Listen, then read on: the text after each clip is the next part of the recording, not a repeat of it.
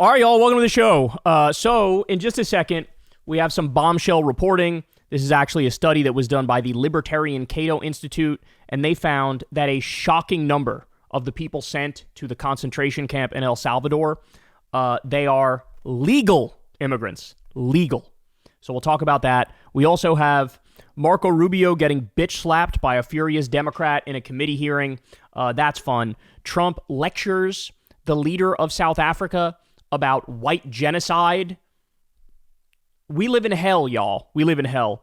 Later on, Tim Walz is done holding back, and he's had some amazing moments within the past few days. A new poll shows yet again that AOC is absolutely surging, and she's the face of the Democratic Party now. I don't know why other people aren't talking about this. It drives me crazy, but there's a real emergency here. Trump's big, beautiful bill it would effectively close over 700 rural hospitals. Over 700. They're trying to rip this country to shreds, y'all. I mean, that's really what's happening. Then we'll get to Candace Owens is snuggling up to a well-known pervert criminal. Trump has abandoned MAGA so thoroughly that they're now begging him for help. And of course, he's not responding. And we also have the story about Luigi Mangione that they don't want you to hear.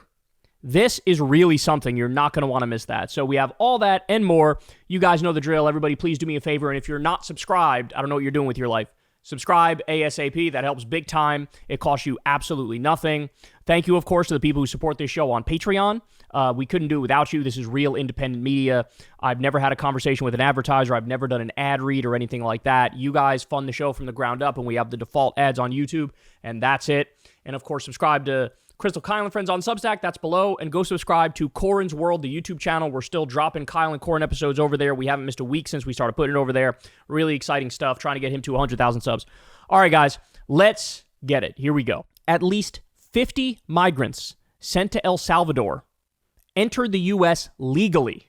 A Cato Institute study finds at least 50 Venezuelan men who were sent to a notorious Salvadoran prison by the Trump administration had immigrated to the U.S. legally, a review by the Libertarian Cato Institute found. The Monday report reviewed data for just a fraction of the men sent to the prison for whom immigration records are available. Quote, the government calls them all illegal aliens, but of the 90 cases where the method of crossing is known, 50 men report that they came legally to the United States with advanced U.S. government permission at an official border crossing point, Cato wrote in its report. That figure is in line with broader statistics for Venezuelan migrants, as many came as refugees or through a parole program established by the Biden administration that provided 2 years of work permits to those who could secure a U.S.-based sponsor. The proportion isn't what matters the most. The astounding absolute numbers are, Cato wrote, dozens of illegal immigrants were stripped of their status and imprisoned in El Salvador.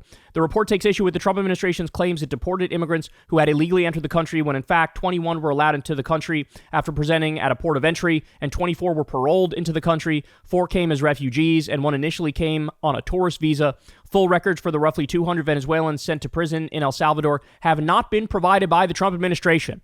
So they're hiding a lot. They had to dig to just get this basic information. Cato reviewed the information for 174 of the men for whom some information is publicly available, while the Trump team has accused several of the men of being involved with gangs. In many cases, that accusation appears to be largely based on tattoos. Several of those tattoos are nods to sports teams or have personal meaning not related to gang affiliation. In the case of one man, Andre Jose Hernandez Romero, the crown tattoos on his arms were a nod to the Three Kings Day celebrations the makeup artist's hometown in Venezuela is known for. Some of these people literally had like mom and dad tattoos. And the Trump regime goes, you're in a gang, we're going to deport you. One of them had a tattoo for his 15-year-old brother who has autism. It was an autism awareness tattoo, and he helps out with his brother all the time. And so we got that. They looked at that and said, that's a gang tattoo, and we're going to send you there. It's insane to me. Number one, that this happened, but number two, that people still aren't talking about it nearly enough. This is crazy. Kilmar Abrego Garcia, he was sent in error according to the Department of Justice. Then Trump was like, well, I don't care. We're going to keep him there.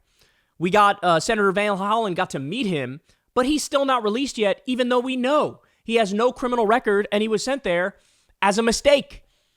So now we know 50 of these people are completely legal immigrants. Guys, we're going to learn. We're going to learn that there's actually multiple American citizens there. Hear me now, quote me later. We are absolutely going to learn that. I mean, this is no hearing, no habeas corpus, no due process, and people, a lot of these are Venezuelan immigrants who are legal, and they get sent to El Salvador to a slave labor prison concentration camp with torture chambers. That's what this place is known for. They say you go in, but you can never get out. This is why is everybody not talking about this? Everybody. Because if we live in a country where these people can get sent there, no questions asked, they could do it to literally any of us, y'all. That's what people need to understand. If you say, yeah, we're taking away due process for illegal immigrants, you are effectively saying we're taking it away for everybody. Because they could just say you're an illegal immigrant, and if you don't get to go in front of a judge, if you don't get to present evidence, if you don't get to tell your side of the story, if you don't get to prove that you're an American citizen, then you're screwed. Then you're screwed, bro. And so how much longer until it's like rounding up political opponents and shipping them over there, right? How much longer? How much longer until there's a protest that he says is a national security threat or a terrorist threat, and they invoke the Insurrection Act and ban all protests? All of these things are on the table now, y'all. All of them. Everything they've said every step of the way is a lie, which is why even MAGA judges have looked at the Alien Enemies Act deportations and they've said, sorry, you can't do this. This is wildly illegal. Because the Alien Enemies Act was only invoked during literal wartime in the past. We're not at war with Venezuela. There's no declaration of war with Venezuela. Furthermore, he says we're at war with Tren de Aragua. There's no declared war against Tren de Aragua either, and the people that they're rounding up and shipping there are not in Tren de Aragua. At every level, this fails. Conceptually, this fails, and on the facts, this fails. And here, I mean, we're at the point where the Libertarian Cato Institute is doing God's work on the issue of immigration here. Just like, by the way, if you ever fancied yourself a libertarian or a believer in small government, you should be absolutely mortified by what the Trump regime is doing here, because government does not get any bigger than I'm going to knock down your door, I'm going to round you up, you're not going to get a hearing, and I'm going to send you to a prison where you'll be there for the rest of your fucking life. You can't get bigger government than that. That is straight up monarchy, fascist, dictatorship, tyrant type stuff. That doesn't happen in democracies. That doesn't happen in places where they embrace human rights and civil liberties. It doesn't happen. And so here we are. Now, by the way, they were only able to learn about a small number of the people who went there. It wasn't all 288 who were sent there. And that's the old number. It might even be more than 288 now. And this is on top of the fact that anywhere between 75% and 90% of the people who were sent don't even have a criminal record. So a bunch of these people, no criminal record, and a bunch of these people are legal immigrants. What's the over-under on how many American citizens have been sent? Or how we know they've already deported young American citizens. One of them was a 4-year-old with cancer. They deported him without his medicine.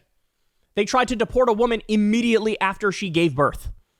They tried to deport a U.S. citizen, and then after the mom showed up and said, here's the birth certificate, here's his social security card, they still kept him locked up for a few days. It was like 9 days or something this guy was detained. American citizen. American citizen. These are Gestapo thugs. They are the criminals. They are the criminals. The people working at the DHS doing these kidnappings and these human traffickings, they need to be arrested. The ICE agents need to be arrested. They're acting like they know what they're doing is illegal because they're not showing their badges. They have balaclavas covering their faces. They've dragged people out of courtrooms. Like they will have an immigration hearing, and even if the judge says you're free, they round them up anyway. I'm telling you, man, there needs to be accountability. There needs to be justice. All of these people are acting wildly illegally. Wildly illegally. Just because the government is the one acting in an illegal way doesn't mean that's okay, that's acceptable, and what they do is by definition legal. That's not how it works in a civilized society. In a civilized society, if the government does some shit illegal, there needs to be restitution. They need to get their ass checked. And here we are. Here we fucking are, man. Holy shit. How many more insane breaking stories are we going to get about all of these poor innocent people who are sent there? Like I said, they still haven't even released Kilmar. Never mind the gay Venezuelan makeup artist who's 19 years old, who isn't a criminal by any stretch of the imagination. And by the way, I'm like, even if these people were criminals, You can't just lock them up for life with no trial. That's not how it works. Stephen Miller is a dyed-in-the-wool fascist. He's a fascist through and through, and he's the one who's controlling this along with Donald Trump. And if they have their way, yes, they would purge this country of all the undesirables. At the same time, they're rounding up innocent brown people and shipping them to the concentration camp. They're welcoming in with open arms white South Africans. Weird. Why? I thought immigrants were bad. I thought you didn't want any. Oh, turns out you do want them when they're white South Africans. It's almost like the connecting tissue is the skin color. Almost. Jesus Christ, man.